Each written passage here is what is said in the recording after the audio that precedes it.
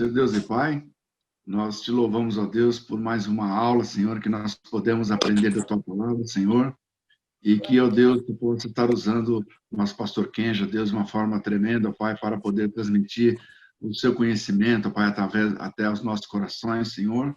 E te pedimos também, ó Pai, uma bênção especial sobre a vida da Margarete, Senhor, que faz aniversário hoje. Tu possas estar cobrindo de bênçãos, ó Deus, vindas diretamente do céu, Deus. Muito obrigado por cada um que está participando dessa aula, Senhor, e que essa aula possa se expandir, ó Deus, para que muitos possam aprender da Tua palavra, Senhor. Muito obrigado, abençoe esse dia, essa aula e a cada um, em nome de Jesus. Amém. Amém. Amém. Muito obrigado. A partir desse momento, então, o nosso irmão André estará me ajudando aí na questão do som. Pretendemos, neste sábado, encerrar a parte sobre batalha espiritual, como nós iniciamos. A batalha espiritual entrou no tema das nossas aulas por conta da doutrina dos anjos, a angelologia, né? Falamos dos anjos bons e depois falamos dos anjos maus. Aí nós entramos em demonologia. Ao entrarmos em demonologia, nós entramos, né, deu para escapar da questão da batalha espiritual. Na última aula nós tratamos até sobre algumas batalhas angelicais, anjos versus anjos, né? E também nós verificamos alguns casos, né, de possessão, né, como nós vimos ali no caso dos gadarenos, né, que está relatado lá nos evangelhos. Então, hoje eu quero iniciar a nossa aula como forma de dar um fechamento, uma conclusão em termos de batalha espiritual, até porque é um tema que continua sendo muito popular, pelo menos no Brasil. O Brasil tem religiões que nós chamamos de religiões afro-brasileiras, né? Religiões voltadas também para o lado do espiritualismo, como eles gostam de dizer, não é mais espiritismo, é espiritualismo, ou o chamado baixo espiritismo, baixo espiritualismo, onde há, sem dúvida nenhuma, a manifestação manifesta de possessão demoníaca. Então, o assunto no Brasil, ele é muito mais popular, o lado da vamos chamar o nome técnico, né, de exorcismo. Do nosso lado aqui, evangélico, nós chamamos de libertação espiritual, guerra espiritual, batalha espiritual, mas do lado mais técnico, teológico, o nome é exorcismo. Então, nós queremos começar a nossa aula de hoje fazendo uma afirmação que deve orientar toda nosso entendimento sobre batalha espiritual, tá? Mais uma vez, lembrando, batalha é apenas uma etapa de uma guerra. A guerra é o guarda-chuva maior. Tudo que entrar debaixo desse guarda-chuva são etapas. Cada etapa é uma batalha, tá? Então, quando a gente fala de batalha espiritual, a gente está falando de um evento. Quando a gente fala de guerra espiritual, a gente está considerando o histórico todo, tá? Do começo ao fim, desde a queda de Satanás até o seu castigo eterno, nós estamos numa guerra espiritual. Isso é a guerra. A batalha é cada evento dessa guerra, tá? Então, quando nós tratamos de batalha espiritual, nós estamos falando de um evento, tá? Guerra espiritual é o total. Então, quando a gente fala sobre guerra espiritual, batalha espiritual, nós temos que ter isso em mente, que eu vou colocar para vocês, e é um texto que vocês têm que ter em mente quando se depararem com uma situação de batalha espiritual. Então, está em Apocalipse, capítulo 20, versículo de número 10. Aí vocês vão me perguntar por que é que eu começo a nossa aula com esse versículo, com esse texto. Apocalipse 20, versículo 10. Tá? Na minha versão, que é a nova versão internacional, está assim: o diabo que as enganava, as nações, né, as enganava, foi lançado no lago de fogo que arde com enxofre, onde já haviam sido lançados a besta, ou o anticristo, e o falso profeta. Eles serão atormentados dia e noite para todo sempre. Por que eu estou colocando isso? Primeiro, você sabe que o livro do Apocalipse é como que uma conclusão da história da humanidade. Tá? Então, quando a gente destaca que o diabo será lançado no lago de fogo e enxofre, significa o quê? Que ele já tem o seu destino decretado por Deus. Ele já está derrotado. Então, a guerra espiritual em que participamos, já tem um resultado anunciado, já tem um derrotado, já tem um vitorioso e já tem um derrotado. Tá? Então, quando nós entramos em uma batalha espiritual, nós temos que ter isso em mente, que essa guerra toda já tem o vencedor e já tem o derrotado. E o derrotado é Satanás. É fundamental que nós tenhamos isso em mente quando nós enfrentarmos esses conflitos espirituais. Já há um derrotado, e esse derrotado é o príncipe das trevas. Por isso não há o que temer. Embora possamos sofrer nas questões de batalhas espirituais, etc. e tal, nós temos que ter isso no nosso horizonte. Ele já está derrotado.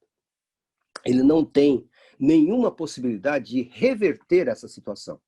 Tá? Esse destino dele não tem como reverter isso. Tá? Então é fundamental, ao longo da nossa conversa hoje pela manhã, que a gente sempre tenha isso. Né? Apocalipse 20, versículo 10. Ele já está derrotado. Tá? Mas, embora derrotado, como faz parte do seu mau caráter, né, ele persevera em ir adiante no seu propósito, que muitas vezes nós colocamos com aquele texto que está lá em João, quando Jesus diz que ele, Jesus, é o bom pastor, tá? Em João capítulo 10. Né? E quando Jesus fala sobre ser ele o bom pastor, ele destaca também aquele que não é o bom pastor, né? Aquele que está ali apenas para ganhar em cima daquilo que não faz parte da sua vocação. Né? Então, no versículo 10, João 10, 10, tradicionalmente, né, temos usado esse versículo para descrever a intenção do diabo em relação à criação de Deus, aos homens de Deus, enfim. Né? João 10, 10 diz assim: o ladrão, no caso, nós aplicamos para Satanás, vem apenas para roubar, matar e destruir. Eu vim para que tenham vida e a tenham em abundância ou plenamente. Então, popularmente, né, alguns vão dizer, não, mas esse texto está falando sobre a vocação de Jesus como verdadeiro pastor em comparação a outros que não têm esse ministério. É verdade. Mas algumas vezes nós usamos esse versículo para mostrar qual é a intenção última do nosso inimigo: roubar, matar e destruir. Tá? Então, nenhum contato que possa haver com o inimigo, né, pode dar a ideia, por melhor que seja, por exemplo, porque as pessoas acorrem a essas religiões onde há possessão demoníaca, sabendo que não é coisa de Deus, porque estão sendo atendidas nas suas necessidades, seja a cura temporária de uma doença, seja a recuperação de um prejuízo financeiro, seja pela obtenção de um amor, né, de uma vida sentimental com sucesso, entre aspas. Então, as pessoas estão acorrendo a esses lugares que nós chamamos de terreiros ou outras coisas tais, para obterem benefícios pessoais, só que não entendem que são temporários, transitórios. Tá? E por mais que esse inimigo possa nos oferecer a essas pessoas alguma cura, algum benefício, por trás de tudo tem sempre esse propósito: roubar, matar e destruir.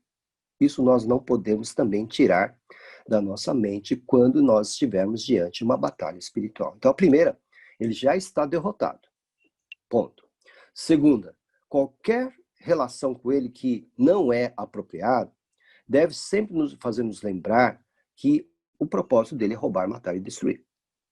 Por que eu estou falando isso? Por causa dos diálogos que muitas vezes ocorrem, que são provocados numa batalha espiritual, vamos assim dizer, numa sessão de exorcismo. Vocês já viram, né, na televisão, tal, dando entrevista para o diabo, né, falando quem você é, quem você não é, o que você faz, o que você está querendo, etc. Coisas que são desnecessárias, vez que nós já conhecemos qual é o propósito, né, do diabo em relação ao ser humano. Davi, pode perguntar, Davi. Pastor, então, realmente, eu sempre fico com uma dificuldade nisso, né? ele então ele tem o poder de fazer alguns milagres, algumas coisas, né? Ainda que temporariamente, que tem o propósito final de matar, roubar e destruir, mas algumas coisas acontecem nesses lugares, até para as pessoas estarem indo lá é porque está acontecendo alguma coisa, né? Sim, sim, perfeitamente. Se não houvesse essa situação, né, de milagres, entre aspas, curas, entre aspas, obviamente não haveria, não haveria interesse.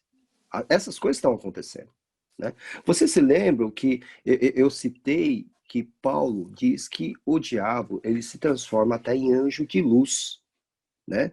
O anjo de luz vai oferecer o quê, entre aspas? Luz, né? Vai oferecer o quê, entre aspas? Benefícios. Mas lembrem-se que ele tem poder. Ele não tem todo o poder como o nosso Deus. Ele não é onipotente, mas ele tem poder, né? Esse poder supera o do ser humano, tá? Então, assim, quem é que pode ir contra um querubim como ele foi? Querubim da guarda, como ele foi, segundo Ezequiel, né? Quem é que pode ir contra ele? Outro querubim, né?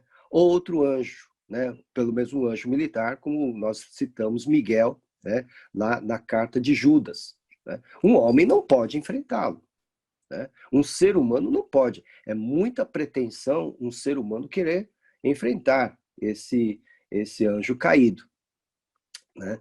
Mas nós conseguimos permanecer de pé não por nossa causa, mas por causa daquele que habita em nós, percebe? Então, na guerra espiritual, nós temos que entender que só conseguimos ficar em pé por causa do Espírito de Deus que habita em nós, que faz morada em nós, tá? Sim, Edson, pode perguntar. Pode abrir o seu som, Edson. Ah, tá me ouvindo? Tô, agora sim. Pode falar. Oi, professor.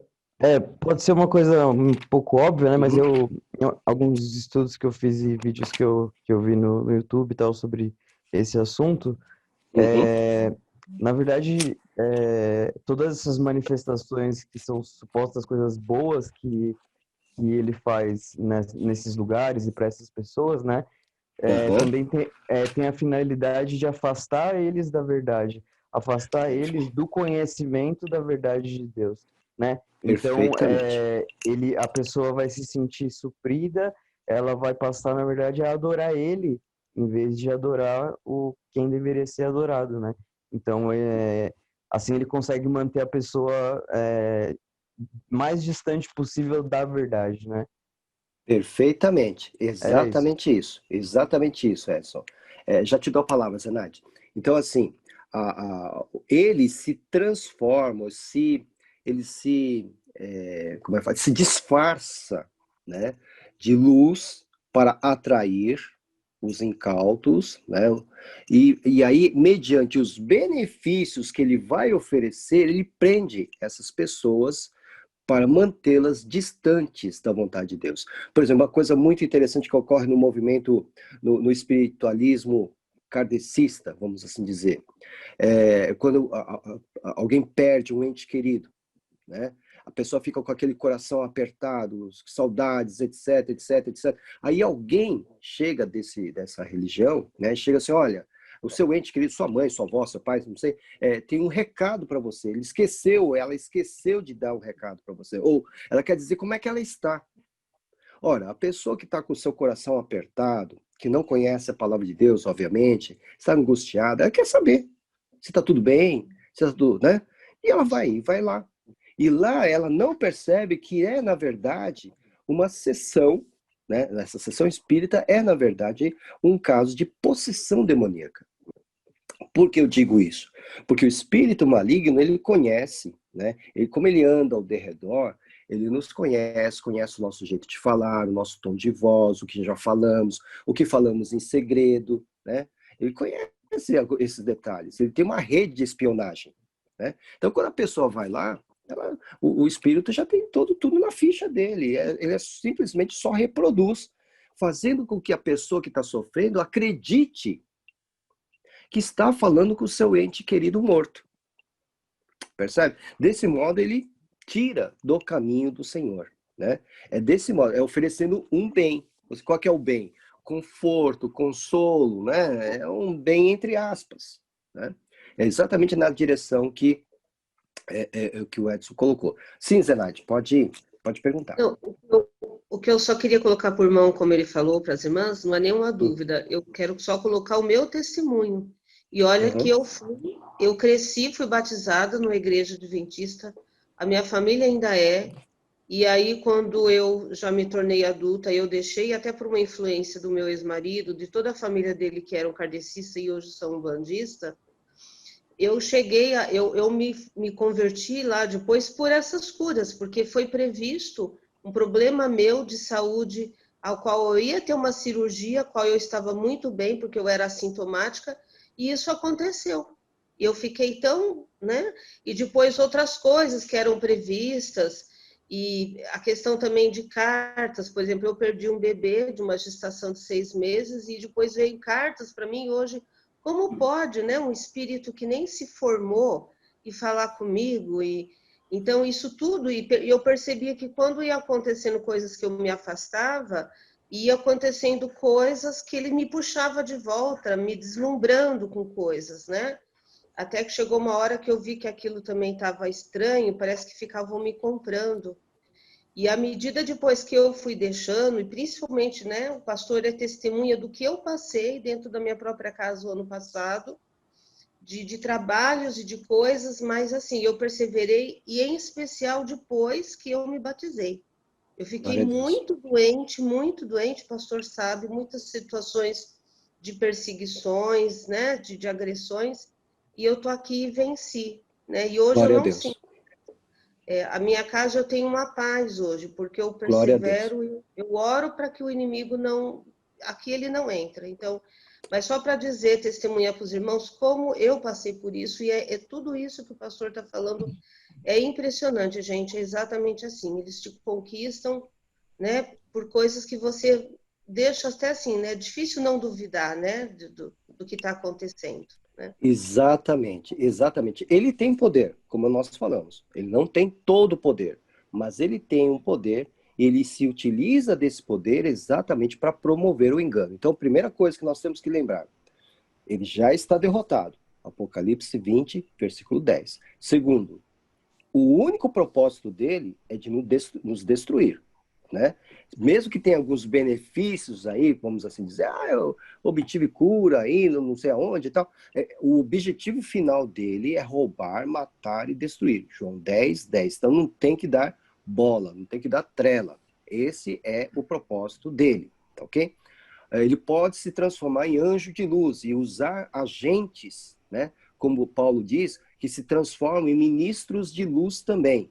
Isso envolve gente fora da igreja e dentro da igreja. Fora da igreja, essas outras religiões. Dentro da igreja, falsos profetas, falsos mestres, falsos pastores, enfim. Ele pode se utilizar de agentes secretos, vamos assim dizer, dentro da igreja também. Pastor Elcio também quer fazer uma pergunta? Acho que é a Simone. Simone. Pastor, foi falado que essas pessoas espíritas, elas conseguem um consolo ouvindo esses entes queridos, né? Nessas sessões, que são, na verdade, os demônios. E para nós, como cristãos, esse consolo poderia vir, então, de repente, através de sonhos? Deus colocaria isso em nossa mente? Pode sonhos para esse consolo? Sim, pode. Nem sempre, porque o consolo do crente, quando perde um ente querido no Senhor, é saber que ele, de fato, aquele que saiu, né, da terra e está nos braços do Senhor, está de fato descansando, está de fato vivendo uma verdadeira vida. Isso já deve ser o suficiente para confortar ou consolar um crente que perde um ente querido. Agora, é claro, nós somos seres humanos, né? Os seres humanos, como seres humanos, nós temos sentimentos, sentimos falta, somos frágeis, né? Então, quem é que pode nos confortar aqui na Terra? É o próprio Espírito de Deus, que é chamado também, por isso que ele é chamado de o Consolador, o Paráclito. Paráclito é aquele que está ao nosso lado, né? Então, é ele que nos consola. E o próprio apóstolo Paulo, na segunda carta aos Coríntios, vai chamar Deus de o Deus de todas as consolações. Então, de um modo inexplicável, assim, inexplicável em termos humanos, nós somos confortados e consolados a partir da própria obra do Espírito de Deus que aplica no nosso coração, dando-nos a certeza do destino dos nossos entes queridos que partiram no Senhor, tá? E dando-nos o conforto e o consolo que precisamos aqui na Terra, sem a presença do nosso ente querido. Mas porque ele conhece a nossa estrutura e sabe que nós somos pó, algumas vezes ele pode se utilizar de outros meios para comunicar conforto para nós, como, por exemplo, os sonhos. Como, por exemplo, situações ou circunstâncias especiais que vão nos dar a certeza de que está tudo bem, apesar da ausência do ente querido, está tudo bem. Sonhos fazem parte, sim, não são regra, mas fazem parte, sim, porque como Deus nos conhece, é o que a gente tem dito. Quando Davi diz, o Senhor é o meu Deus, ele está dizendo que Deus o conhece muito, particularmente muito bem. Ele sabe, Davi sabia como é que ele poderia ser confortado, consolado, tá? Então, veja, se ele nos conhece muito bem, ele sabe o que é que vai nos fazer ficar calmos em relação a uma situação. Se eu estou inconformado com a perda de um ente querido, tá? E mesmo sabendo que esse ente querido partiu no Senhor, está descansando, mesmo sabendo que eu sou templo do Espírito, o Espírito é o meu consolador, ele pode reforçar o meu consolo de outros meios, porque ele é um Deus soberano. Porque ele nos conhece. Tá? Ok? Ele nos conhece. Então, nós podemos ter sonhos, né?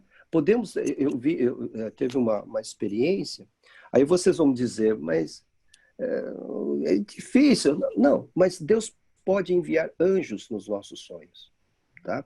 De uma forma tal que sejam mensageiros da palavra de consolação. Entendeu? Agora, não é para todo mundo. Não vai ser para todo mundo. Para alguns vai ser assim, para outros vai ser de outro modo. Porque ele nos conhece. Entendeu? Para uns, o sonho seria assustador. Para outros, os sonhos serão exatamente a resposta necessária para acalmar o seu coração. Ok? O Douglas também está levantando a mão, Douglas? Isso. Só agradeço aí que acho que a Simone leu o meu pensamento, que eu ia falar justamente o que a Simone falou. Eu sempre fui muito, mas muito apegado ao meu pai, desde muito pequeno. E o meu pai faleceu já faz uns 9 anos, o câncer levou ele 4 meses assim muito rápido. E para mim foi uma coisa absurda, de tanta dor, óbvio, né? E não sabendo que meu pai está no lugar, graças a Deus, muito bem, mas a saudade era imensa, imensa. E já tinha uns 2 ou 3 meses que meu pai havia falecido, eu tive um sonho com o meu pai, é isso que eu ia perguntar para você, aí a Simone acabou comentando, e esse sonho, pastor Kenji, foi mas tão real, que eu sonhei que eu estava num lugar muito bonito, um lago muito bonito, e eu vi meu pai diante de mim sentado, né? E eu, assim, naquela choro de alegria no sonho, eu abracei o meu pai, mas eu senti muito o meu pai. Eu senti o corpo físico do meu pai. E o meu pai olhou para mim e falou, você fica muito tranquilo, porque aquilo que você acredita, eu estou muito bem, estou recuperando. Ele falou, olha, dá uma olhada no lago, eu me banho aqui todos os dias. Então, não há com que você se preocupar. E, ao mesmo tempo, ele levantou, me levou, e era tipo uma rocha, e tinha como se fosse aquelas plantas, como se fosse abrindo uma cortina. Eu entrei junto com meu pai e, automaticamente, eu acordei muito bem confortável, já era de manhã. Então, mas a presença no sonho, do abraço, e a voz, e o calor do meu pai era muito forte, muito real mesmo. E eu fiquei vários e vários dias impressionado com esse tipo de sonho, né? E aí veio com o que você está falando e com o que a Simone falou, e é isso que eu ia te perguntar, se era possível realmente, se Deus permitia que isso fosse real para, tipo, um conforto, né? Sim. Para certos casos, como eu disse, não é regra, mas para certos casos, o Senhor se utiliza soberanamente dos meios que ele quiser para comunicar aos nossos corações o conforto e consolo que nós precisamos. Lembrem-se, nós não temos como nos comunicar com os mortos. Não há como. A Bíblia está nos ensinando isso de uma forma muito clara. Se nós abrirmos lá em Lucas, né, capítulo 16, versículo 19. Lucas 16, 19. É uma parábola do rico e do Lázaro. E como já ensinei a vocês em outros momentos, é o único texto em toda a Escritura que nos oferece uma janela do que acontece do lado de lá, quando uma pessoa passa para o lado de lá. Não existe nenhum outro texto que nos ofereça essa abertura, embora seja uma parábola. Tá? Jesus está ensinando uma parábola acerca do rico e do Lázaro. Tá? É interessante também notar que numa parábola, Jesus nunca se utilizou de nomes próprios. Ou seja, aqui nós temos Lázaro e Abraão. Tá? Então é uma parábola digna de ser estudada. Talvez em um outro momento a gente pode estudar. Mas nesse texto aqui de Lucas 16, 19 e seguintes, o que é que a gente encontra? Né? O rico lá no inferno está dialogando com Abraão, que está do outro lado, e ele diz que há um abismo entre eles. Um não pode passar para um lado e para o outro. E aí, então, o rico, o ex-rico, né? Ele fica no desespero e fala assim, olha, eu tenho 5 irmãos, né? Eu não quero que eles venham aqui nesse sofrimento, etc, etc. Versículo 29. Abraão respondeu, eles têm Moisés e os profetas, que os ouçam. Em outras palavras, ele tem a Bíblia. Estuda a Bíblia. Manda eles estudar a Bíblia. Eles têm que estudar a Bíblia. Ele disse, não, pai Abraão, porque ele não fez isso, né? Disse ele, mas se alguém dentre os mortos fosse até eles se arrependeriam. Essa era a tese daquele homem que estava atormentado no inferno.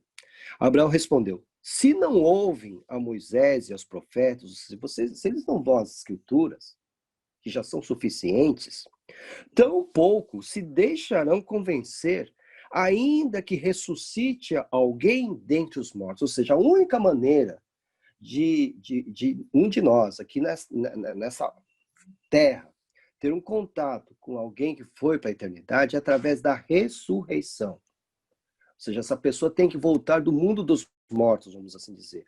Tem que readquirir vida, ter corpo. Ressurreição não é reencarnação. Reencarnação, a pessoa, na doutrina espírita, a pessoa morre José e pode voltar Maria. Pode morrer Maria, pode voltar um cachorro. Isso é reencarnação. Ressurreição, a pessoa morre João e volta João. Morre Lucas, volta Lucas. Entendeu? E volta com o corpo dele. Então, a única maneira que nós teríamos, okay, de ter contato com alguém que volta do mundo dos mortos é através da ressurreição, conforme está dito aqui. E vocês já lembram muito bem que a lei proíbe, né, Deuteronômio, capítulo 18, que a lei proíbe qualquer tipo de consulta aos mortos. Os necromantes, a necromancia é proibida, é tida como abominação. Deus proíbe, né? Deus condena. Então não há como ter esse tipo de contato. Então esses sonhos, como que são esses sonhos? Ora, se Deus conhece muito bem o nosso coração, a nossa mente, sabe como comunicar o conforto e o consolo que nós precisamos. Pode ser através de imagens que possam nos lembrar dos nossos entes queridos, pode ser através de anjos do Senhor, não importa. Sendo servo ou serva do Senhor, ele pode, através dos sonhos, nos abençoar, nos confortar. O próprio Jó vai falar sobre visões noturnas. O próprio Jó, aqui, Jó vai dizer assim, até mesmo em sonhos e visões noturnas o Senhor nos fala. Por quê? Porque muitas vezes, em algumas situações, nós estamos tão agitados, tão, né, que Deus tem que esperar a gente parar um pouquinho, isso geralmente quando a gente vai dormir, para então comunicar a vontade dele. Então, ele vai falar através dos sonhos também, através, né, de visões noturnas também. Então isso é possível acontecer. Agora, Mais uma vez eu destaco, mediante Deuteronômio 18, mediante Lucas 16, né? Esse contato com mortos não existe, senão a gente está legitimando ou reforçando a doutrina espírita. Tá? O que ocorre em alguns casos, isso é em alguns casos, é que nós podemos ter sonhos com imagens dos nossos entes queridos, tá? Com a permissão de Deus, mas isso não significa um contato com o morto, mas que, de alguma maneira, através daquele recurso, Deus está dizendo aos nossos corações, fique em paz, está tudo bem. Tá certo? Eu espero que nós vamos entrar no próximo tema do nosso curso sobre dons espirituais, né? Então a gente pode voltar a esse assunto, né, no nosso próximo tema, né? Ok? Mas voltando, então reforçando, então Apocalipse 20:10, ele já está derrotado. Então, uma guerra espiritual, uma guerra onde já conhecemos o resultado dessa guerra. Tem um derrotado, e esse derrotado é o diabo, é Satanás. Apocalipse 20:10. O propósito dele e dos seus anjos aqui, por mais que possam beneficiar, oferecer cura, etc., né, trazer prosperidade material, etc., qual é o propósito dele em todas essas ações boas, né, entre aspas? É roubar, matar e destruir. João 10:10. Tá? Agora, o que eu quero destacar aqui, qual é a posição que nós devemos assumir numa batalha espiritual? A chave disso, né, a chave dessa posição pode ser dividida em 2 pontos. Primeiro, posicionamento. Tá? Segundo, as armas que nós vamos usar. Se vocês perceberam, né, quando a gente fala de guerra ou batalha, isso implica no quê? Se você vai num campo de batalha, graças a Deus nós não temos essa situação hoje, mas vamos lembrar naquela época, né, por exemplo, de Gideão, né? Gideão estava ali, né, acossado ali pelos inimigos, tal, né? E aí Deus manda reunir um exército. Ele reúne milhares de soldados, né? Aí o Senhor diz, não, isso aí é muita coisa, né? O pessoal vai dizer que vocês venceram por causa do número de soldados. Aí então ele diz assim, vai até o pessoal e fale assim, olha, os que tiverem medo, os que tiverem alguma preocupação, os que não, pode voltar para casa. Um monte de gente embora, um monte de gente, né? Então ficou lá um punhado. Aí Deus disse para Gideão, ainda é muita gente, né? Então faz o seguinte, manda lá para o lago, né? Manda eles beberem água, né? Os que beberem água numa postura onde estariam prontos para uma batalha imediata, se fossem acionados, esses devem ser separados.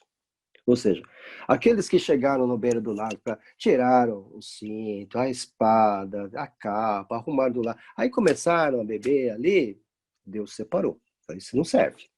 Aqueles, no entanto, que não tiraram nada, a espada continuou ali, o escudo continuou ali, mas ele só agachou para ficar bebendo água e olhando, prestando atenção se viria ou não o inimigo, esse ele separou. Foram apenas 300. E com esses 300 ele ganhou a batalha. O que eu quero dizer com isso? Que numa batalha há a necessidade de um posicionamento que envolve também coragem. Tá? Então, é por isso que é interessante quando você vai naquela lista que você vê em Apocalipse, capítulo 21, quando fala quem é que não vai entrar na cidade santa, né? Versículo 7, 21, 7 e 8. O vencedor herdará tudo isso, e eu serei seu Deus, e ele será meu filho. Versículo 8 agora. Mas os covardes, olha só, mas os covardes, os incrédulos, os depravados, os assassinos, os que cometem imoralidade sexual, os que praticam feitiçaria, os idólatras e todos os mentirosos, o lugar deles será no lago de fogo que arde com enxofre. Esta é a segunda morte. Então eu quero destacar, covardes ou tímidos, estes tais não têm como permanecer num campo de batalha. Não tem. Obviamente, a coragem, né, é exigida do soldado. Ele precisa saber a que veio, né, principalmente naquele campo de batalha. Okay? Ele pode ser tomado de surpresa. Muitas vezes, no meu ministério, eu fui tomado de surpresa numa batalha espiritual. Não esperava que haveria de acontecer diante dos meus olhos uma possessão. Mas eu tenho que me posicionar. Tá certo? Agora é uma piada, tá, gente? É uma piada, uma história de verdade, tá? No culto de uma igreja batista em São Paulo, na Zona Leste, um pastor muito querido, ele já é falecido, muito querido, né? A gente chamava ele de pastor abraço de urso, porque quando ele te abraçava, ele quebrava todos os seus ossos, né? Mas ele, assim, é muito expansivo, muito tal. Aí, no meio do culto, né, a igreja muito cheia, ele estava pregando e todos ouviram um grito horrível. No meio do culto. Imagina você tá lá no meio do culto, você está ouvindo a mensagem lá e tem aquele grito assim de filme de terror, né? Era alguém que estava sendo possuído pelo diabo no meio do culto, né? Aí, quando identificaram quem era, foram lá, ajudaram uma senhora ali, tal, né? Para expulsar o demônio, enfim, tomar todos os procedimentos, né? Quando olharam para o púlpito, cadê o pastor? Cadê o pastor? Ele estava debaixo do piano. Ele estava escondido debaixo do piano. Isso aconteceu mesmo, tá, gente? Isso aconteceu mesmo. Eu conhecia, né? Eu sabia. Era a personalidade dele. Era a personalidade dele, tá? Não significa, obviamente, eu estou colocando isso como ilustração, né? Mas nós temos que nos, né, estar assim, podemos ser tomados de surpresa, tá? Mas temos que nos posicionar, né? O posicionamento é entender que nós somos soldados, guerreiros nessa guerra que só vai terminar em Apocalipse 20, versículo 10, tá? Podemos ter medo na hora, sim, é verdade. Podemos ter, porque somos pegos de surpresa. Pode ser uma hora da nossa fragilidade também, pode ser. Mas imediatamente tem que vir à nossa mente qual é a nossa posição em Cristo.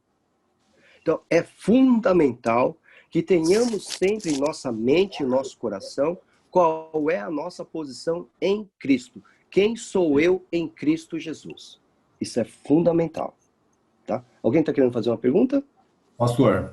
Sim. Eu só ia falar que ele é um ursinho, né, pastor? Ele era um ursinho. De pelúcia, de pelúcia. Tá bom, olá. Pastor, na verdade eu só queria trazer à memória que uma certa vez, num culto de quarta-feira, na nossa igreja, Igreja Batista Nova Vida, nós tivemos lá a manifestação do diabo no culto, onde uma pessoa que estava visitando a nossa igreja, eu nunca tinha visto aquela pessoa, na verdade eu estava chegando na igreja, eu vi ela entrando na igreja católica e não me dei conta que ela entrou na nossa igreja depois no andar do culto. E foi isso que aconteceu. Quando as irmãs que estavam dirigindo o culto entraram em oração, essa pessoa empurrou o banco, era no tempo dos bancos ainda, se ajoelhou e começou a chorar em altíssimo tom. Aquilo meio que pegou todo mundo de surpresa, ninguém esperava. Eu fiquei totalmente surpreso, mas não deu tempo de correr atrás do piano, não deu tempo de me esconder, não. Até porque não tem piano. Mas eu quero ressaltar a armadura da fé que aquelas irmãs estavam revestidas e o quanto é importante a gente conhecer o poder que Cristo nos dá. Porque elas levantaram um clamor na hora. Eu não vou citar nomes, porque pode ser que eu esqueça. Mas ali a gente viu a manifestação do Espírito Santo e essa batalha que o pastor está dizendo, o quanto ela é terrível e feroz com relação a Satanás, que tem as suas estratégias. Mas ali o poder do Espírito Santo se manifestou, aquela pessoa se acalmou, ela caiu de joelhos, pastor. Foi assim um momento, tá na minha mente como se fosse agora. A gente, batista, não tem muito disso, não acontece muito isso nas nossas igrejas, né? E naquele momento aquela pessoa caiu de joelhos, o inimigo bateu em retirada e aquela pessoa foi acolhida espiritualmente, em amor. Então, eu queria só para os irmãos que certamente alguns não estavam nesse dia, mas o quanto é importante realmente vestir essa armadura da espiritualidade e saber o quanto Cristo o quanto de poder nós temos em Cristo Jesus, né? Isso é extremamente importante para que a gente possa vencer essa batalha contra o nosso inimigo. Era só uma colocaçãozinha, tá bom? Obrigado, pastor. Obrigado, pastor. Pastor Kenji. Oi, Silvio. Oi, pastor. Pode falar, pastor. Não, só para confirmar o pastor Elcio, eu não me esqueço porque nessa quarta-feira o pastor Kenji, por uma razão, não podia estar, e eu que ia levar o estudo do Salmo, o Salmo número 15, eu não esqueço, né? Eu não tinha visto o pastor aí, é verdade, pastor. Eu não tinha visto. Não, tá escuro aqui a minha tela, por causa do lugar aqui. Entendeu? Então, Salmo 15, e foi uma experiência, sabe, para a igreja, o pastor Kenji até, falou assim, não, uma prova que a igreja está preparada, né? Mas foi uma prova aquele dia, viu, pastor? Mas graças a Deus... Com certeza, Deus com certeza. Obrigado. Muito obrigado pela ilustração, pelo exemplo. Se isso está acontecendo, é porque nós estamos incomodando, né, o reino das trevas. Quando nada acontece, é uma preocupação. Mas quando acontece, né, isso é evidência que estamos, de alguma maneira, incomodando. Então, o posicionamento. Quem somos nós em Cristo Jesus? Então, numa batalha espiritual, eu tenho que ter como certeza que ele já está destruído e derrotado. Já está derrotado, para todo sempre. Segundo, o que quer que ele apresente para você, por mais que brilhe como ouro, a intenção por trás dele é sempre roubar, matar e destruir. Então, tudo que ele apresentou a Jesus no deserto, nas 3 tentações, tinham por trás, e está muito claro isso, esse propósito, roubar, matar e destruir em relação ao Filho de Deus. Então, se ele foi ousado com o Filho de Deus, imagine conosco. Segundo, terceiro, qual é o nosso posicionamento? O nosso posicionamento deve ser, né, como Filho de Deus em Cristo Jesus, aquele mesmo posicionamento. Podemos trazer qualquer outro exemplo nas Escrituras, mas eu vou ler Romanos capítulo 8, 37, né? Depois que Paulo vai falar de uma série de bênçãos e privilégios que o crente tem, ele diz assim, mas em todas essas coisas somos mais que vencedores por meio daquele que nos amou. Pois estou certo, eu estou convencido de que nem morte, nem vida, nem anjos, nem demônios, nem o presente, nem o futuro, nem quaisquer poderes, nem altura, nem profundidade, nem qualquer outra coisa na criação será capaz de nos separar do amor de Deus que está em Cristo Jesus, nosso Senhor. Isso é se posicionar. Romanos 8, 37 a 39. O que quer que possa estar acontecendo diante dos nossos olhos, somos mais que vencedores por meio de Cristo Jesus. O que quer que possa estar acontecendo diante dos nossos olhos, podemos até mesmo estar levando uma surra, vamos entre aspas dizer, temos que ter a certeza que nada poderá nos separar do amor de Cristo, né, do amor de Deus que está em Cristo Jesus, nosso Senhor. Isso é posicionamento.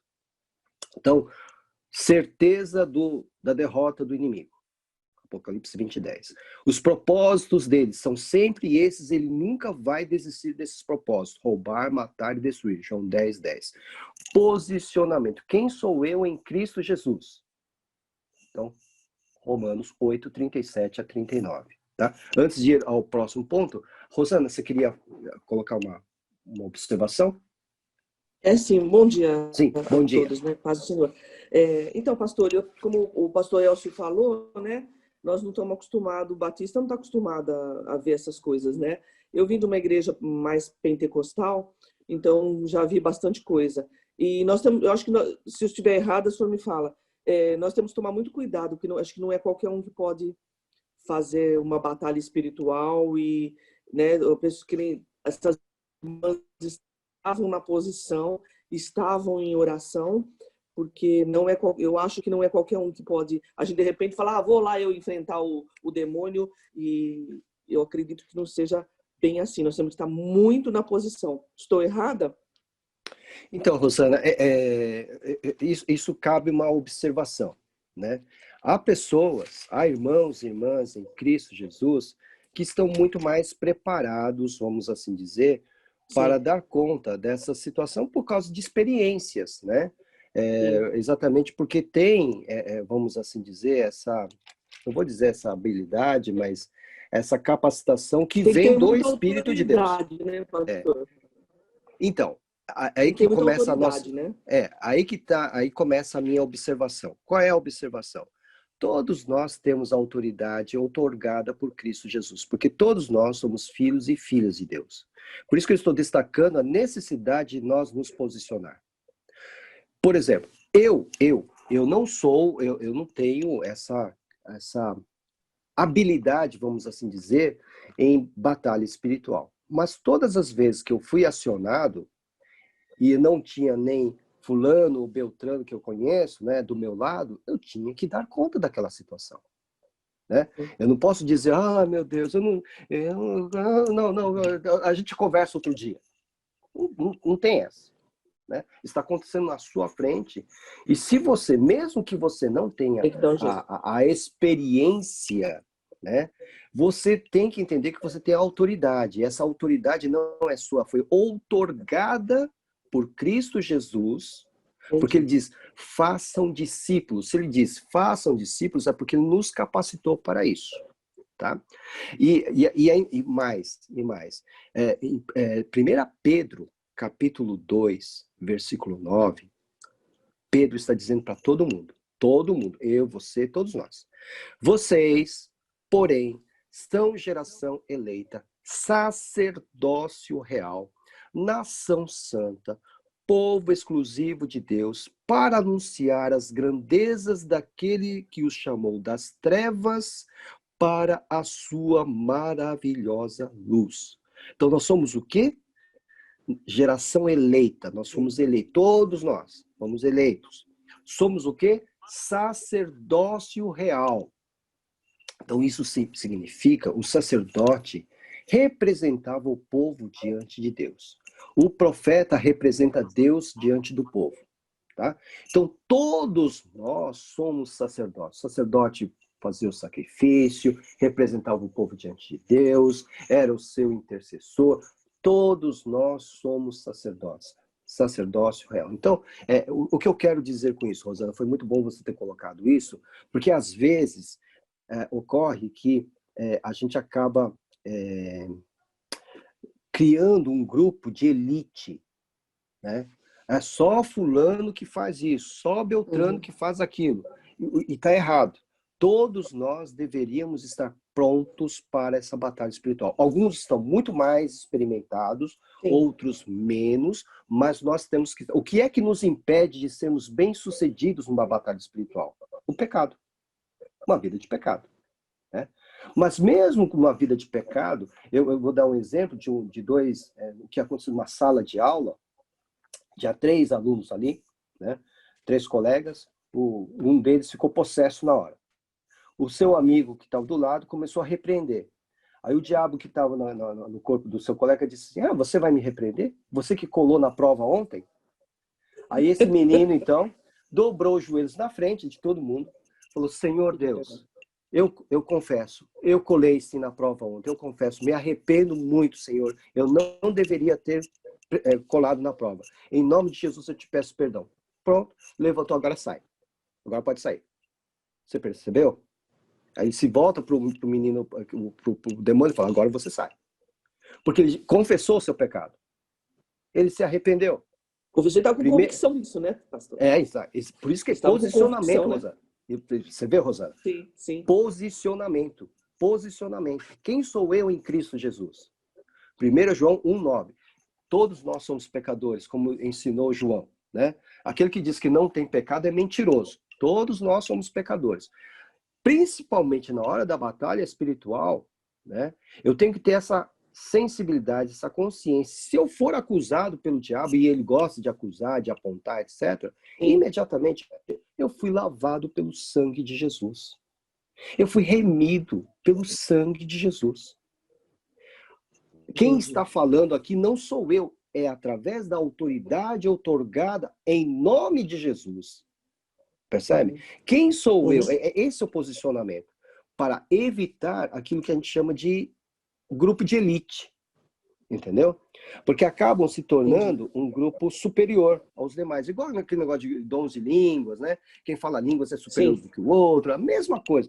Só que não existe isso no reino de Deus. Todos nós somos iguais. Aliás, a orientação de Paulo é a seguinte: cada um considere o outro superior a si mesmo.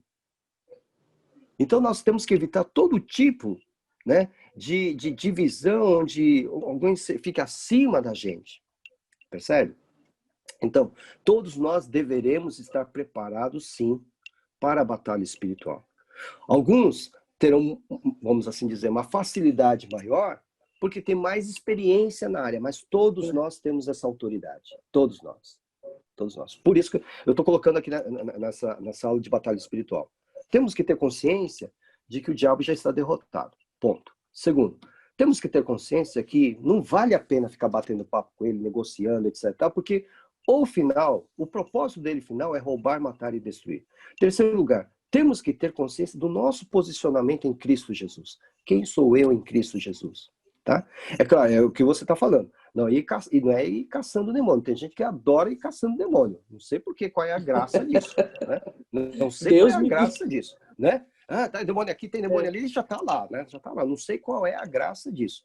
Mas se ocorrer, e vai ocorrer batalhas espirituais em todos os níveis mais baixos, que são aqueles em que o demônio se estrebucha na sua frente. Os níveis mais altos são os mais perigosos, porque você não percebe que está falando com uma pessoa possuída. Tá? São a outra casta, né? As castas maiores, que você não sabe que você está lidando com uma pessoa possuída. Tá? Porque está tão emaranhado a pessoa com o demônio que você não sabe. Você não tem como. Os de baixa categoria tá lá, tá gritando ali, etc, tá se estrebuchando. Agora, os de alta casta ali é complicado. Por isso Jesus diz, vigiem. Mesmo vigiando, tenhamos na mente que já somos mais que vencedores. Porque jamais, nem anjos, nem demônios podem nos separar do amor de Cristo, né? O amor de Deus que está em Cristo Jesus, nosso Senhor. Tá bom? Edson. Obrigada. Tá, só um instantinho, deixa eu ver, o Edson já tinha levantado um tempo. Fala, Edson, pode falar. Oi, pastor. Oi. Então, com o comentário da irmã, me veio sobre essa preparação, né? Quem é mais preparado, quem é menos preparado. Eu queria saber, rapidamente, na tradição católica romana, né? Eu entendi que eles até treinam determinadas pessoas para a prática do exorcismo, né? E pelo que eu entendi, eles têm até como se fosse um guia de práticas e ritos de como fazer exorcismo. O exorcismo, né? Isso o movimento a fé protestante, né, que a gente professa, ela invalida ou existe algum proveito, algum aprendizado nesse campo, nesse legado da Igreja Católica Romana, né? Tá. A Escritura nos ensina que a gente tem que observar tudo e retirar o que é bom, né? Obviamente, a Igreja Católica Romana foi a única igreja, né, que existiu até o século XVI, ok? Então, obviamente, eles tinham experiências espirituais e tudo aquilo que eles levantaram nos seus manuais, tem coisas que você joga fora e tem coisas que você vai aproveitar, óbvio, né? Por exemplo, na Inquisição Romana, eles fizeram um manual chamado Martelo das Bruxas, né? Onde se procurava identificar as feiticeiras, as bruxas, para mandá-las para a fogueira. Tá? Foi um manual usado exaustivamente. Então, os inquisidores tinham que ir lá, tinha a Bíblia e tinha um manual debaixo do seu braço, para verificar quem era bruxa e quem não era bruxa. Bom, enfim. Nesses manuais de exorcismo, claro que existem coisas que você vai jogar fora, né? Então, eles inclusive se baseiam em tradições judaicas, né? Nesses manuais. Vocês talvez não saibam, mas existe uma tradição que diz que o rei Salomão, ele era um exorcista de primeira, que ele conhecia os nomes de milhares de demônios.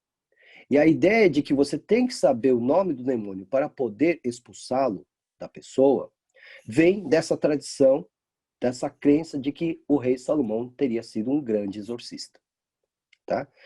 Dizem até que ele teria uma lista diante dele com o nome de todos os demônios, e que era somente a pessoa se apresentar diante dele que ele já começava a identificar o nome, né? E mediante o nome, então, ele expulsava, ele fazia o exorcismo. Então, essa ideia foi para a Idade Média também. Começam, então, uma exploração em termos dos nomes, dos demônios, etc. E essa influência acabou vindo também no movimento evangélico, vamos assim dizer, né? No movimento de batalha espiritual, de se buscar conhecer o nome dos demônios, né? Uma das defensoras disso é a doutora Neuza Etioca, né? Que ela fez lá o seu doutorado no Fuller, né? No seminário de Fuller, nos Estados Unidos, e ela escreveu um livro sobre os deuses da Umbanda, alguma coisa assim, e trouxe, então, essa ideia para ir adiante no movimento espiritual, na necessidade de se descobrir os nomes dos demônios para, então, expulsá-los. Então, você se lembra muito bem que o único episódio em que nós encontramos Jesus pedindo, conversando, né, é com aqueles gadarenos, ou o Gerazeno, né, quando ele pergunta qual é o nome. Ele vai falar legião, mas apenas para mostrar o número de espíritos demoníacos que estavam naquele infeliz, tá? Então, assim, esses manuais de exorcismo podem ser aproveitados em algumas coisas, né? Mas qual foi o problema? É que acabou elitizando, ou seja, somente o sacerdote pode fazer isso. Somente o padre pode fazer. Veja o filme Exorcista, o primeiro filme Exorcista. A menina lá está sofrendo, tem que chamar um padre. Só pode ser um padre, né? E nós acabamos de ver aqui na carta de Pedro que nós somos o quê? Uma nação santa, geração eleita, né?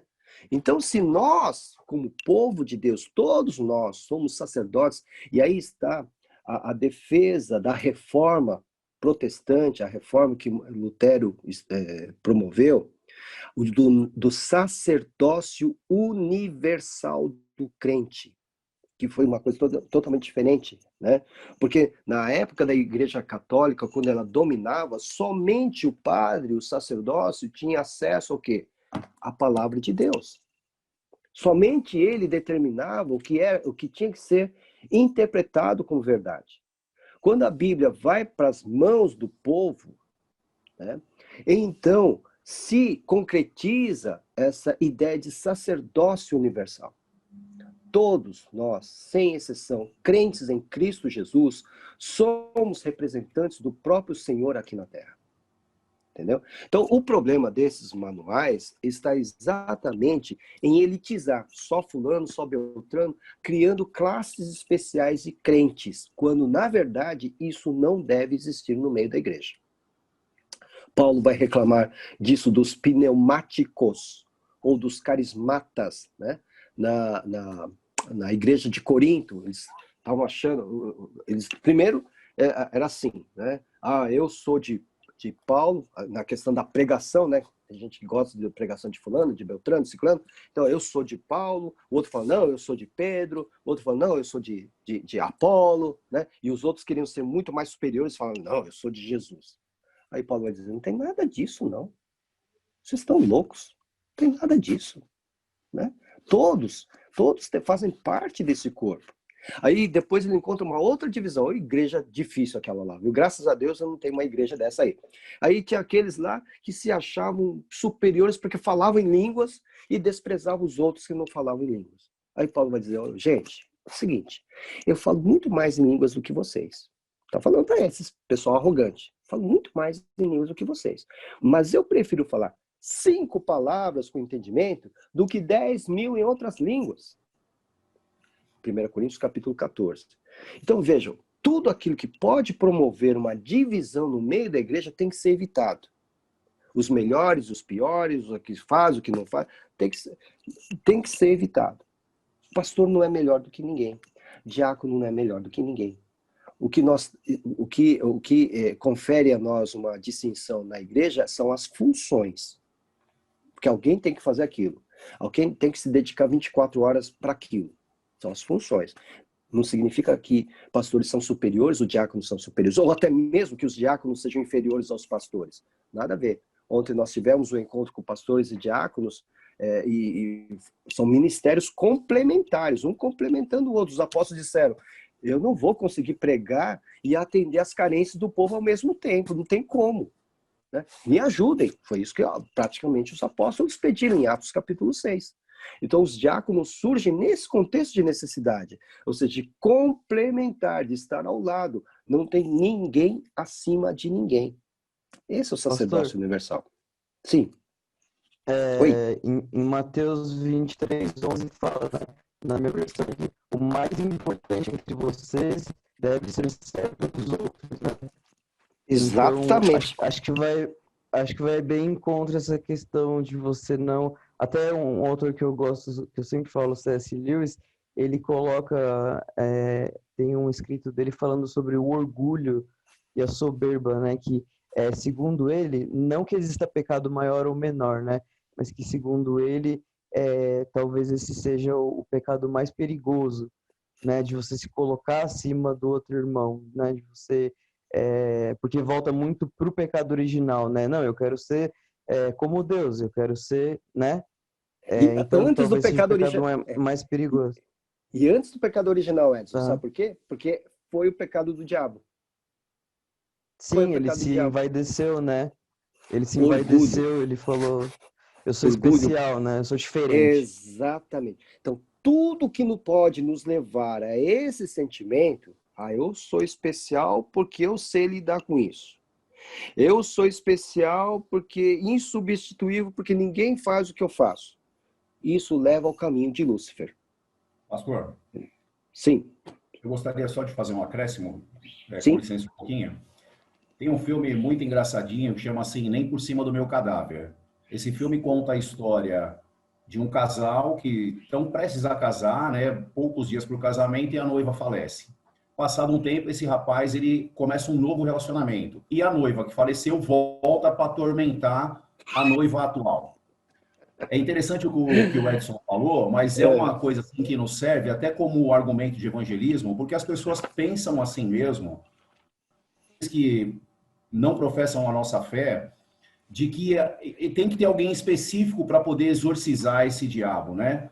O filme mostra claramente que essa mulher é atormentada e chega um ponto que ela não aguenta mais, porque a falecida canta o tempo todo, ela não consegue dormir. E aí alguém tem a grande ideia de chamar um pastor. É muito legal a cena, porque um padre.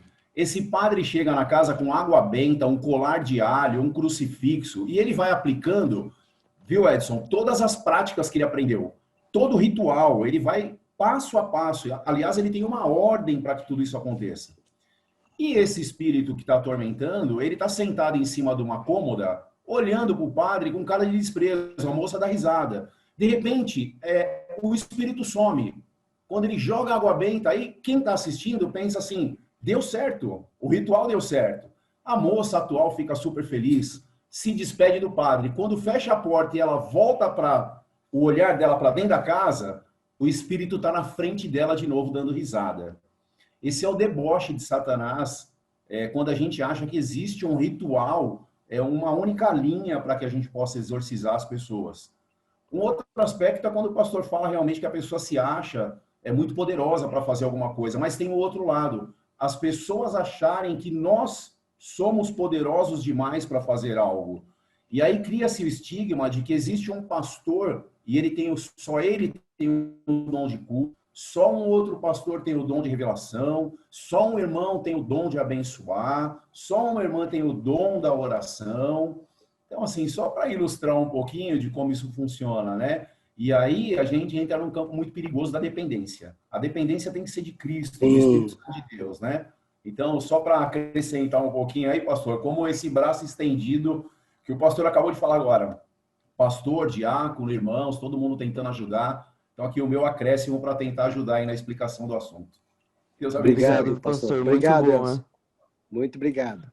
Pois bem, ainda acerca da questão da exclusividade ou não, né, na libertação de pessoas. Abram lá em Marcos, capítulo 9, estamos ainda falando sobre posicionamento, né? Marcos capítulo 9, nós temos a descrição da transfiguração de Jesus diante de Pedro, João e Tiago. E Jesus se transfigura ali.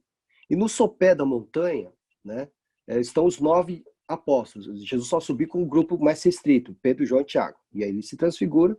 Só que lá embaixo está acontecendo um perrengue, né? Os 9 apóstolos que estão lá embaixo não estão dando conta de uma situação de possessão. Tá? Então, 9:14, Marcos 9:14. Quando chegaram onde estavam os outros discípulos, Jesus desce, né, depois da transfiguração, desce com Pedro, João e Tiago. Quando chegaram onde estavam os outros discípulos, viram uma grande multidão ao redor deles e os mestres da lei discutindo com eles. É um debate teológico. Logo que todo o povo viu Jesus, ficou muito surpreso e correu para saudá-lo. Perguntou Jesus: o que vocês estão discutindo? Um homem no meio da multidão respondeu: mestre, eu te trouxe meu filho porque está com um espírito que me impede de falar. Onde quer que o apanhe, joga-o no chão. Ele espuma pela boca, range os dentes e fica rígido. Pediu aos teus discípulos que expulsassem o espírito, mas eles não conseguiram. Apóstolos, não conseguiram. Respondeu Jesus: ó geração incrédula, todos vocês, até quando estarei com vocês? Até quando terei que suportá-los, no sentido de falta de fé? Tragam-me o menino. Então eles o trouxeram. Quando o espírito viu Jesus, imediatamente causou uma convulsão no menino. Este caiu no chão e começou a rolar, espumando pela boca. Jesus perguntou ao pai do menino: há quanto tempo ele está assim? Desde a infância, respondeu ele. Muitas vezes esse espírito tem lançado no fogo e na água para matá-lo. Mas, se podes fazer alguma coisa, tem compaixão de nós e ajuda-nos. Se podes, disse Jesus, tudo é possível àquele que crê. Tudo é possível àquele que crê. Imediatamente o pai do menino exclamou: creio, ajuda-me a vencer a minha incredulidade. Ou seja, a fé dele não tinha o tamanho suficiente para ele. Ele diz: eu creio, mas me ajuda a crer mesmo.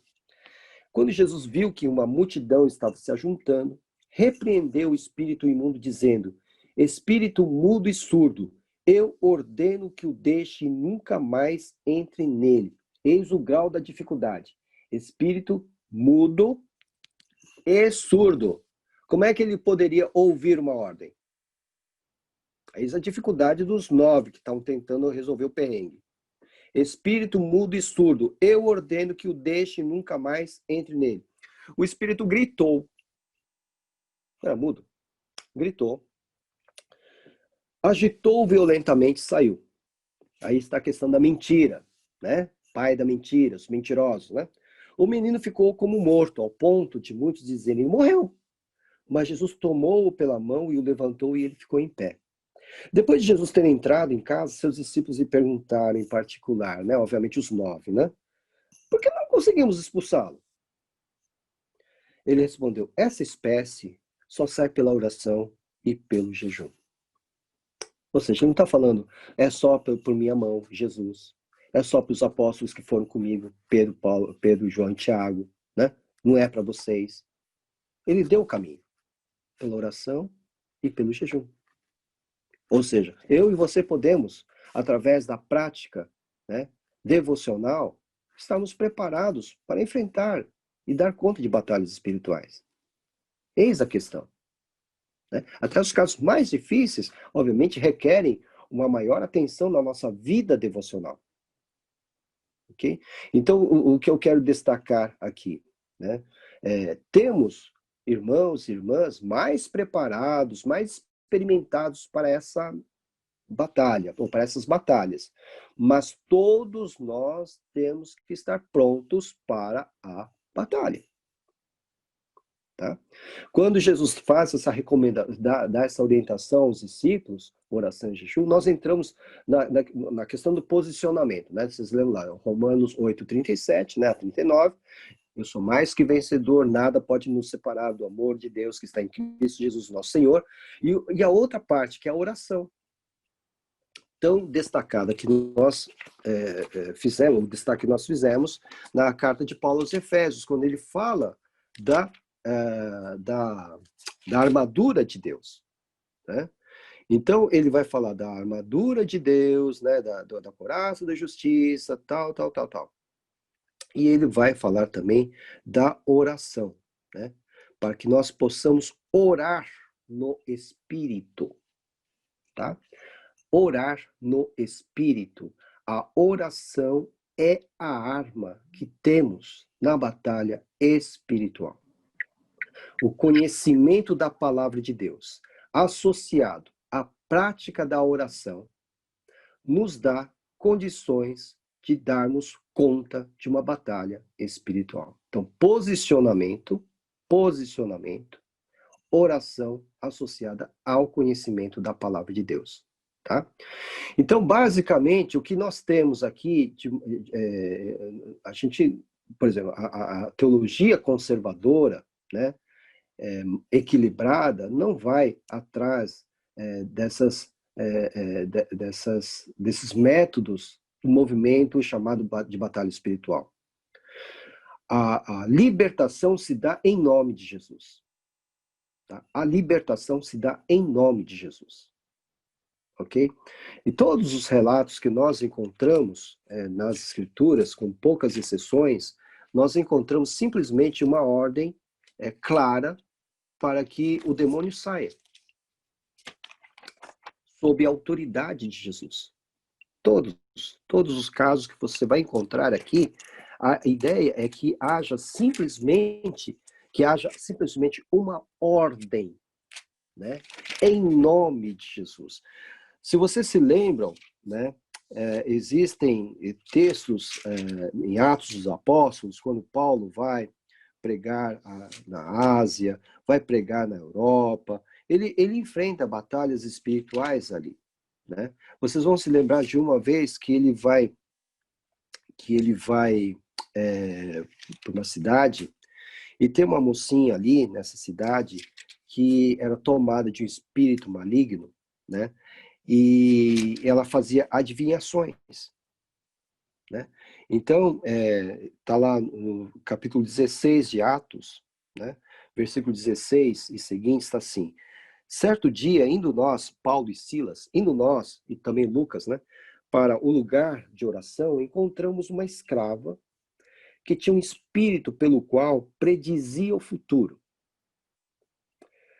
Ela ganhava muito dinheiro para os seus senhores com adivinhações, ou seja, ela era explorada pelo demônio e pelos comerciantes.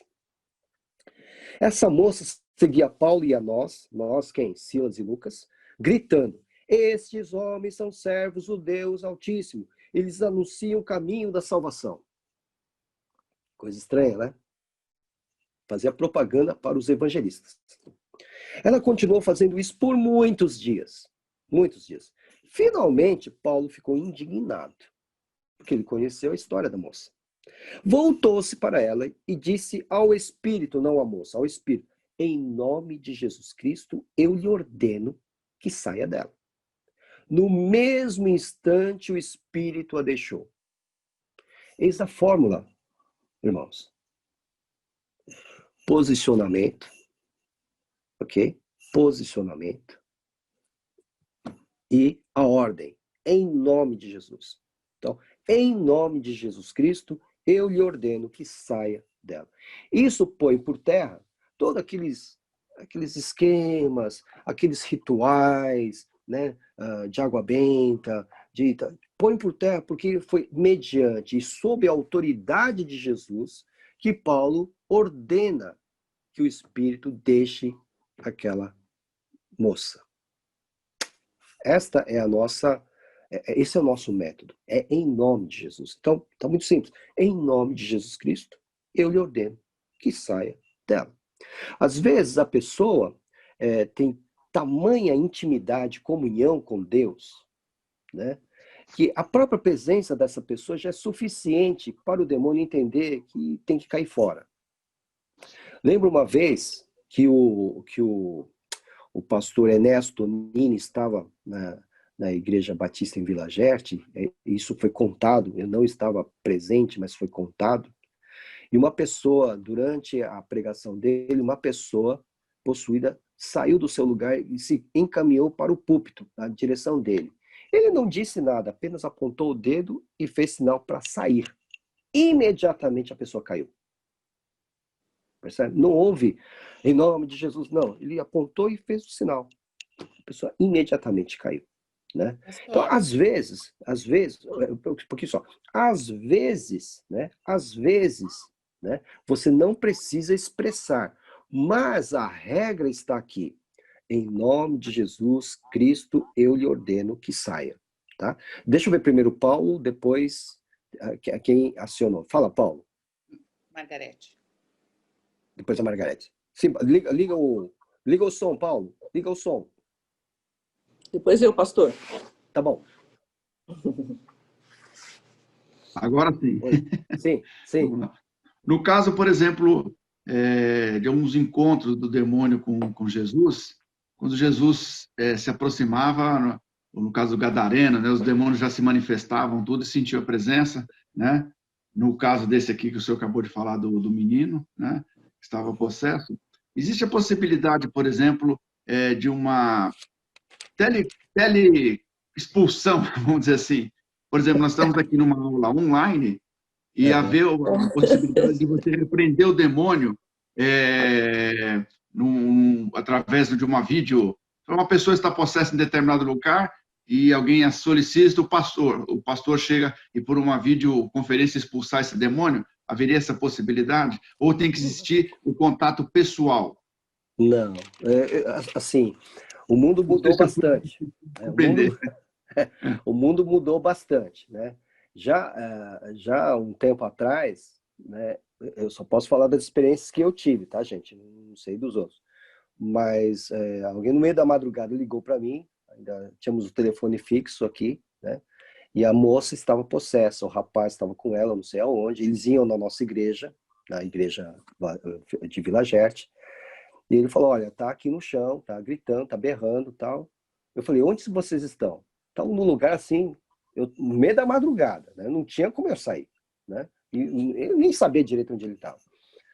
Aí eu falei assim, faz o seguinte, por favor, não me condene, nem me denuncie na hora dos pastores, tá bom? Por favor, pega o seu celular e coloca no ouvido dela. Ele colocou e eu comecei a repreender pelo celular, né? E o demônio respondendo para mim, pelo celular, né? E pela graça de Deus, não por mim, pela graça de Deus, houve a libertação, né? Então, assim, são tempos diferentes. Pode ocorrer, como você falou? Pode, porque Deus é soberano, né? Esse recurso que nós estamos utilizando agora, quem imaginou que um dia nós estaríamos dando um curso de teologia, né, através do Zoom, não é? Então, Deus vai se utilizar, ele é soberano, então isso pode acontecer sim, com toda certeza, tá? Rosana, depois Margarete, né? Sim, Rosana? Oi? Oi. Voltando só um pouquinho lá em Marcos 9, 29, eu tenho uma nota muito interessante aqui, né, onde fala, a não ser, esta casta não pode sair com coisa alguma, a não ser com oração e jejum. Na minha Bíblia tem uma nota que eu achei bastante interessante. Jesus não está dizendo aqui que para a expulsão de certo tipo de espírito imundo era necessário um período de oração e jejum. Naquele momento ninguém ia parar para orar e jejuar, né? O princípio aqui é outro. Onde há pouca fé, há pouca oração e jejum. Onde há muita oração e jejum, resultante da dedicação genuína a Deus e a sua palavra, há abundância de fé. Se os discípulos tivessem uma vida de oração e jejum como Jesus, poderiam ter resolvido esse caso. Então, é isso que eu falo, né? A gente tem que estar preparado nesse sentido. Preparado. Né? Tem que estar preparado. Mas sempre contar com o quê? Com a graça e a misericórdia de Deus. Sim, porque nem sempre nós estaremos preparados. Quem sempre está preparado é o Espírito de Deus, né? Então, naquele momento, pela misericórdia dele, e apesar do seu vaso, apesar do seu instrumento, nós podemos ser usados. Porque somos nós. Não tem outro, entendeu? Você é o que está lá. Né? Como foi no meu caso. É você, né? Não, mas eu não... Não, é você. Vai ter que ser você. como falamos, né? Então é isso mesmo. Obrigado. Meg? É o que eu queria colocar a respeito da sutileza, né? De Satanás, como o pastor deu o exemplo também dos apóstolos, né? Que estavam pregando, e essa mulher dando a intenção que estava ajudando, né? Dando elogios e tal. E o pastor também citou atrás a respeito daqueles que vão e se estribucham e rolam e gritam, e aqueles que estão ali quietinhos, com cara de anjos, né? E eu tive uma das experiências fortíssimas. Eu me lembro que eu era adolescente e a gente ia muito em família tocar nas igrejas, né? Fazer o louvor nas igrejas. E eu me lembro nessa ocasião que eu estava com meu irmão e nós cantamos e ele tocou. E quando terminou o culto, uma moça, uma mulher muito bonita, muito bem arrumada, assim, linda. Você olhava para ela, chamava atenção a beleza dela. E essa moça, quando terminou o culto, ela chegou perto do meu irmão e a gente estava ali por perto dele também, e falou assim para ele: mas que coisa linda, mas começou a dar tantos elogios, mas elogios tão exagerados a respeito do louvor, a respeito da música que foi cantada no culto, mas era uma coisa assim, muitos elogios, muitas flores. Entendi. E eu me lembro que ela falava aqueles elogios e meu irmão ficou mudo, não falava nada e olhava para ela assim, com aquele olhar fixo e forte, e ele simplesmente olhou para ela e falou assim: eu te repreendo em nome de Jesus. Aí todo mundo parou assim, porque não esperava aquela palavra dele, e simplesmente aquela mulher caiu no chão. Aí ela começou a gritar. E aí nós ali começamos a orar, as outras pessoas, os pastores vieram também para expulsar o demônio daquela mulher. Então foi uma das experiências assim mais fortes que eu vi na minha frente a respeito disso, da pessoa às vezes te elogiar e você se sentir incomodado com aquele elogio, porque é uma estratégia de Satanás para poder te afetar espiritualmente. Perfeito, perfeitamente. Uma coisa, assim, isso entra no campo do estudo dos dons do Espírito, tá? É chamado dom do discernimento de Espírito. Um dom fundamental para a igreja hoje, tá? Nós vamos estudar sobre isso. É uma das capacitações do Espírito de Deus, que concede a alguns membros da igreja, né, esse dom chamado de discernimento de Espírito. Quando ninguém está percebendo, esse ou essa percebe se é de Deus ou não é de Deus. Tá? É muito mais precioso do que o dom da profecia, do dom de línguas. Esse dom deveria ser buscado, deveria ser, né? Nós vamos falar sobre ele. Mas, obrigado, Meg. Bom, falando ainda, eu falei da fórmula, né? Em nome de Jesus Cristo, saia. Ponto final.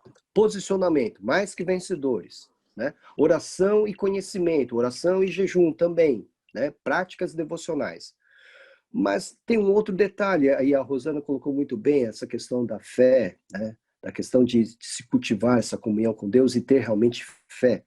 Em Atos capítulo 19, tem um relato muito interessante.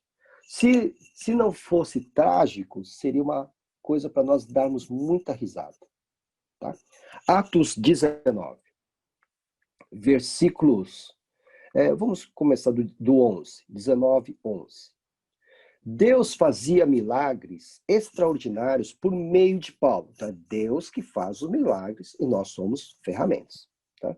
De modo que até lenços e aventais que Paulo usava eram levados e colocados sobre os enfermos. Esses eram curados de suas doenças e os espíritos malignos saíam deles.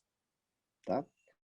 Versículo 13. Alguns judeus que andavam expulsando espíritos malignos tentaram invocar o nome do Senhor Jesus sobre os endemoniados, dizendo: Em nome de Jesus, a quem Paulo prega, eu lhes ordeno que saiam.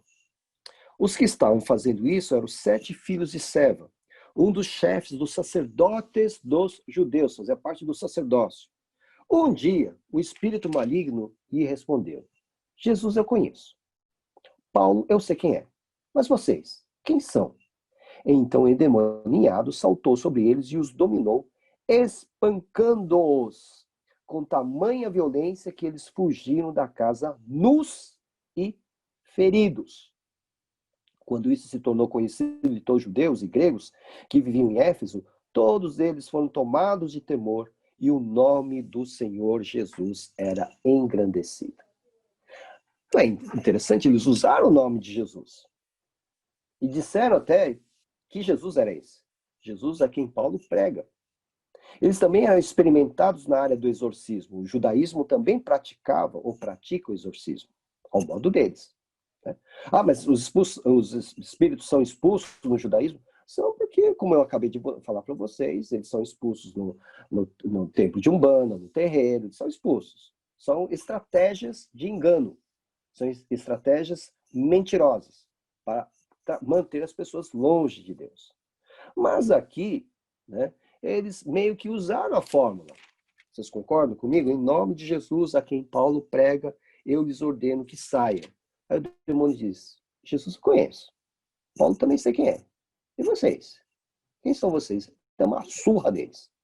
Né? O que isso significa? Que não basta, não é uma fórmula mágica. Não é uma fórmula exorcista. Isso envolve o que? Fé. Envolve o que? Comunhão, intimidade com Deus. Quando eu falo em nome de Jesus, eu sei por que eu estou usando o nome de Jesus. Porque Ele é o meu proprietário. Então, guerra espiritual não são fórmulas mágicas. Né? É como na oração, que alguém acha que só porque orou em nome de Jesus, aquilo lá vai acontecer porque orou em nome de Jesus. Não. Envolve também a vontade de Deus, envolve também a comunhão do orante em relação ao seu Senhor. Tá? Então, vejam. Primeiro, para recapitular. Primeiro, o diabo já está derrotado. Apocalipse 20:10. Está derrotado. Tudo que ele pode oferecer ao homem, seja até as nações, tesouros, ouro, vida sentimental, bem-sucedida, tal, só tem um único propósito: roubar, matar e destruir. João 10:10. Como enfrentar? Posicionamento. Quem sou eu em Cristo Jesus? Romanos 8:37-39. Devo me posicionar também como? Com a oração e com conhecimento e aplicação da palavra de Deus. E debaixo da autoridade de Jesus Cristo, nós sermos todos nós, né, preparados, dispostos a atuar como guerreiros, soldados, que somos todos nós, nação sacerdotal, todos nós. Alguns terão mais experiência, outros menos experiência, mas todos nós devemos saber, estar conscientes que todos nós somos instrumentos nas mãos de Deus e que todos nós estamos envolvidos nessa batalha, nessa guerra, que não é contra a carne, como disse Paulo em Éfeso, aos Efésios, mas contra os principados, potestades, poderes invisíveis que estão no ar. Okay? A vitória já é nossa. Então, essa é a grande notícia. A vitória já é nossa. Tá? Por quê? Porque Cristo é o nosso vencedor. Já há um derrotado. Então, isso precisa ficar muito claro. Tá? Então, não é... Na antiga Pérsia existia uma religião chamada maniqueísmo. Maniqueísmo. Nessa antiga religião, eles diziam que o bem e o mal são duas forças iguais que estão sempre em luta. Sempre tem empate. Nunca um ganha do outro. Tá?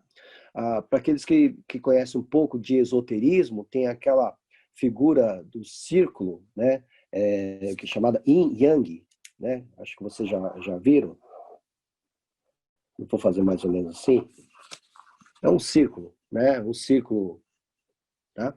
Tem uma parte preta e uma parte branca, sempre um em oposição à outra. Né? Essa era a ideia do maniqueísmo, sempre duas forças iguais, bem e mal, forças iguais, né? Tipo Guerra nas Estrelas, né? O lado bom, o lado ruim, né? O lado da força, o bom, o lado da força ruim, né? Sempre em oposição um ao outro, né? Sempre em oposição um ao outro, mas nunca tendo um vencedor, sempre no empate. No caso aqui, não, né? Que é a nossa verdade, que é a verdade absoluta. Tem um vencedor, sim, no final de tudo.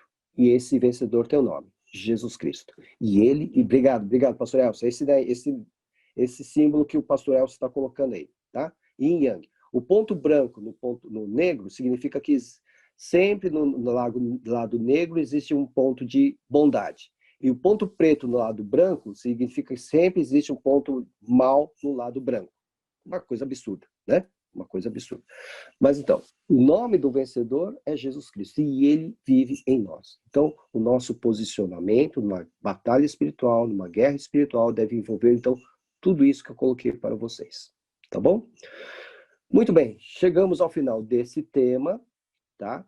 Não foi um curso de batalha espiritual, por favor, isso aqui foi um apêndice da doutrina dos anjos, tá? Foi um apêndice, tá? Então, nós não fizemos um curso voltado para a batalha espiritual, tá bom? Ok? Foi um apêndice, ok?